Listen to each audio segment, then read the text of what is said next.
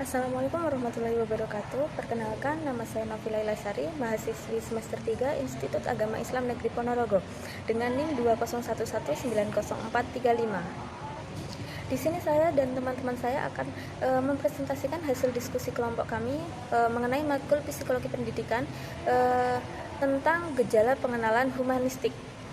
Baik, langsung saja saya akan menjelaskan poin yang pertama mengenai pengertian teori belajar humanistik. Nah, teori belajar humanistik ini diartikan sebagai upaya menguasai ilmu pengetahuan sebagai rangkaian bentuk kepribadian secara menyeluruh.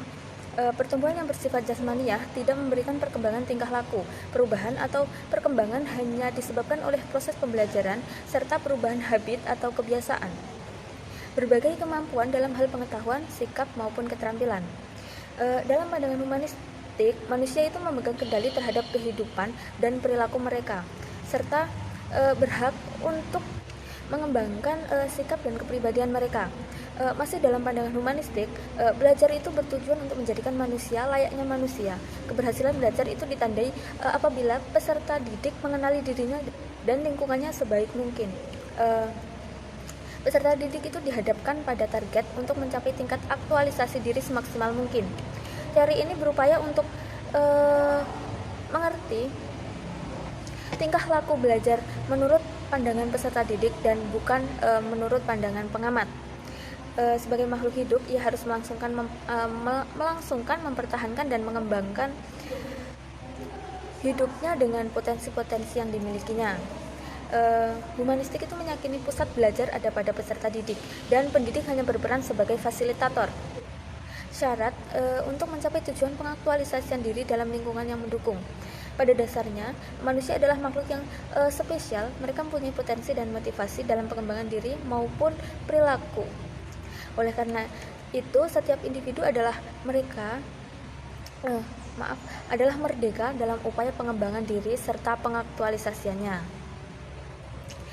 Penerapan teori humanistik ini pada kegiatan belajar hendaknya pendidik menuntut peserta didik berpikir secara induktif, mengutamakan praktik serta menekankan pentingnya partisipasi dalam sebuah proses pembelajaran.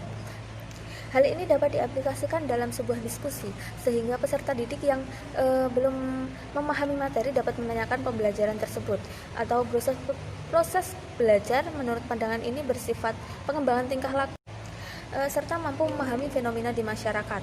Tanda bahwa penerapan pandangan humanistik ini dianggap sukses apabila peserta didik merasa nyaman dan bersemangat dalam proses pembelajaran serta adanya perubahan positif secara berpikir, tingkah laku, serta pengendalian diri. Poin yang kedua adalah prinsip-prinsip penerapan teori humanistik. Yang pertama adalah siswa harus dapat memilih apa yang mereka inginkan atau apa yang mereka ingin pelajari. Jadi guru humanistik percaya bahwa siswa akan termotivasi untuk mengkaji materi bahan ajar jika terkait dengan kebutuhan dan keinginannya. Yang kedua adalah tujuan pendidikan harus mendorong keinginan siswa untuk belajar dan mengajarkan mereka tentang cara belajar. Siswa harus memotivasi dan merangsang diri pribadi untuk belajar sendiri. Yang ketiga adalah pendidikan humanistik percaya bahwa pemerintah mendorong siswa belajar untuk mencapai tingkat tertentu, bukan untuk kepuasan pribadi. Selain itu, pendidikan humanistik menentang tes objektif karena mereka menguji kemampuan siswa untuk menghafal dan tidak memberi umpan balik pendidikan yang cukup kepada guru dan siswa. Sedangkan yang keempat adalah pendidikan humanistik percaya bahwa baik perasaan maupun pengetahuan sangat penting dalam proses belajar dan tidak memisahkan domain dan efektif. Sedangkan yang terakhir adalah pendidikan humanistik menekankan perlunya siswa terhindar dari tekanan lingkungan sehingga mereka akan merasa aman untuk belajar. Setelah siswa merasa aman belajar, mereka akan menjadi lebih mudah dan bermakna. Prinsip lain dalam proses pembelajaran humanistik adalah bahwa proses pembelajaran harus mengajarkan siswa bagaimana belajar dan menilai kegunaan belajar itu bagi dirinya sendiri. Mungkin hanya itu yang bisa saya sampaikan. Selebihnya akan diteruskan oleh teman-teman saya yang lain. Wassalamualaikum warahmatullahi wabarakatuh. Kemudian materi yang ketiga mengenai tokoh-tokoh dalam teori belajar humanistik. Yang pertama adalah Abraham Maslow. Maslow terkenal sebagai bapak aliran psikologi humanistik. Beliau yakin bahwa manusia berperilaku guna mengenal dan mengapresiasi dirinya sebaik-baiknya. Teori belajar humanistik menurut Abraham Maslow yaitu menuntut potensi peserta didik dalam proses tumbuh kembang, kebebasan menemukan jalan hidupnya. Humanistik menganggap peserta didik sebagai subjek yang merdeka, guna menetapkan tujuan hidup dirinya. Peserta didik dituntut agar memiliki sifat yang tanggung jawab terhadap kehidupannya dan orang sekitarnya. Pembelajaran humanistik menaruh perhatian bahwa pembelajaran yang pokok yaitu upaya mengembangkan komunikasi dan hubungan individu dengan individu maupun dengan kelompok. Maksudnya ialah menuntut peserta didik bahwa mereka butuh pendidikan karakter. Pendidikan memfasilitasi siswa menggali, mengembangkan, dan memaksimalkan potensinya. Kemudian tokoh yang kedua yakni Carl Rogers. Menurut beliau dalam teori belajar bebasnya menyatakan bahwa tidak ada paksaan atau tekanan dalam belajar. Guru tidak membuat rencana dalam pembelajaran untuk peserta didik, tidak memberikan kritik atau ceramah kecuali apabila siswa menghendakinya, tidak menilai atau mengkritik pekerjaan murid kecuali apabila siswa memintanya. Carl Rogers menyatakan bahwa peserta didik yang belajar hendaknya tidak ditekan, melainkan dibiarkan belajar bebas. Peserta didik diharapkan bisa mengambil sebuah langkah sendiri dan berani bertanggung jawab atas langkah yang diambilnya sendiri.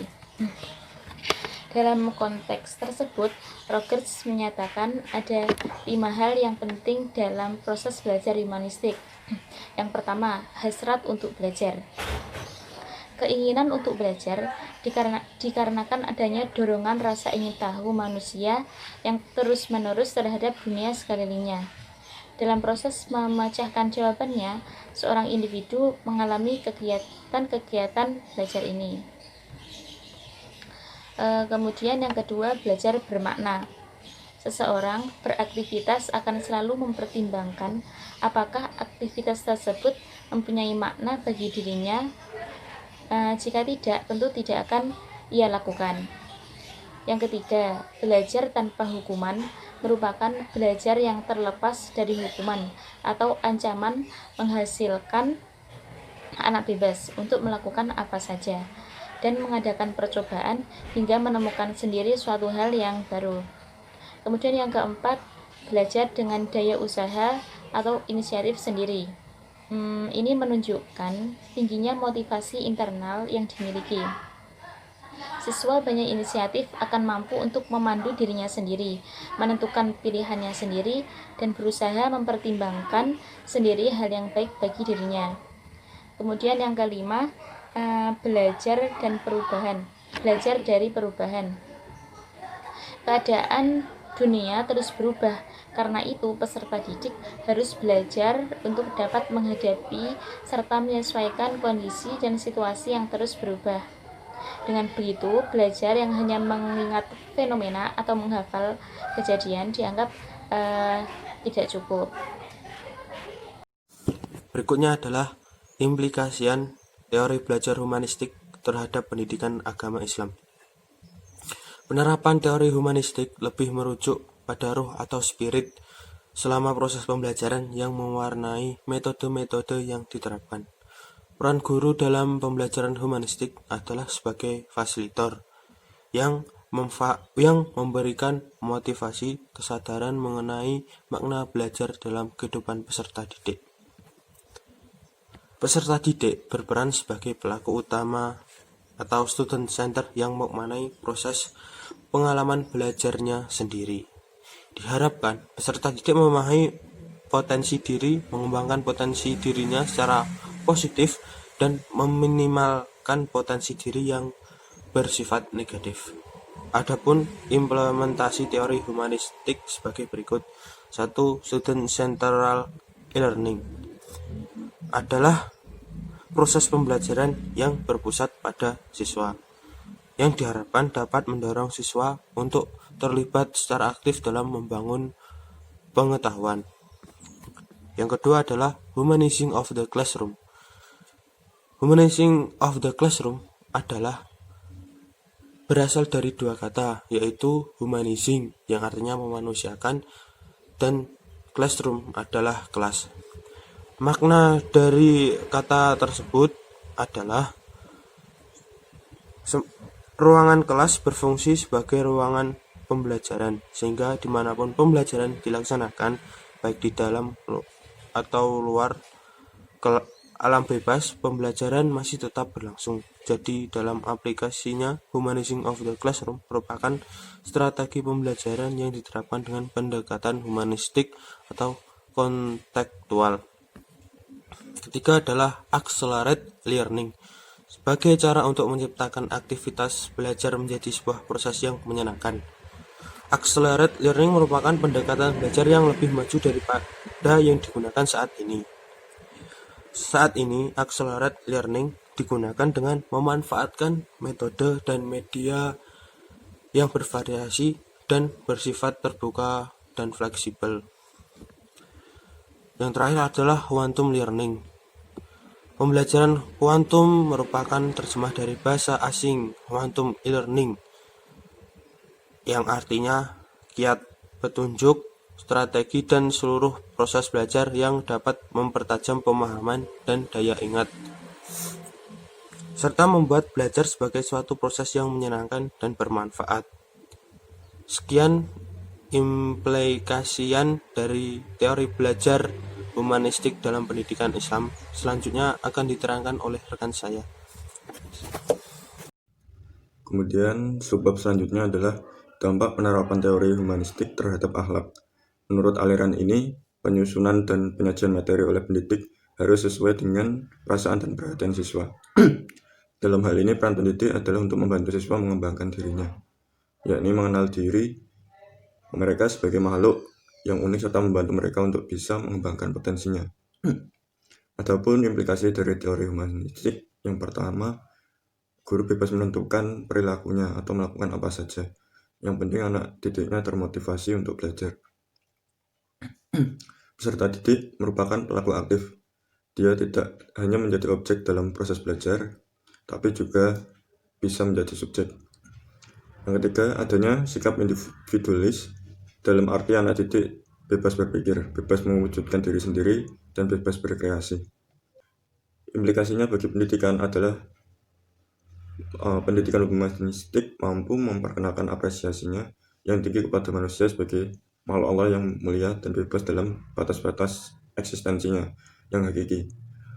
Pendidikan ini memandang manusia sebagai manusia, yakni makhluk ciptaan Tuhan dengan fitrah-fitrah tertentu untuk dikembangkan secara maksimal. Ya, mungkin itu saja penjelasan dari kelompok kami.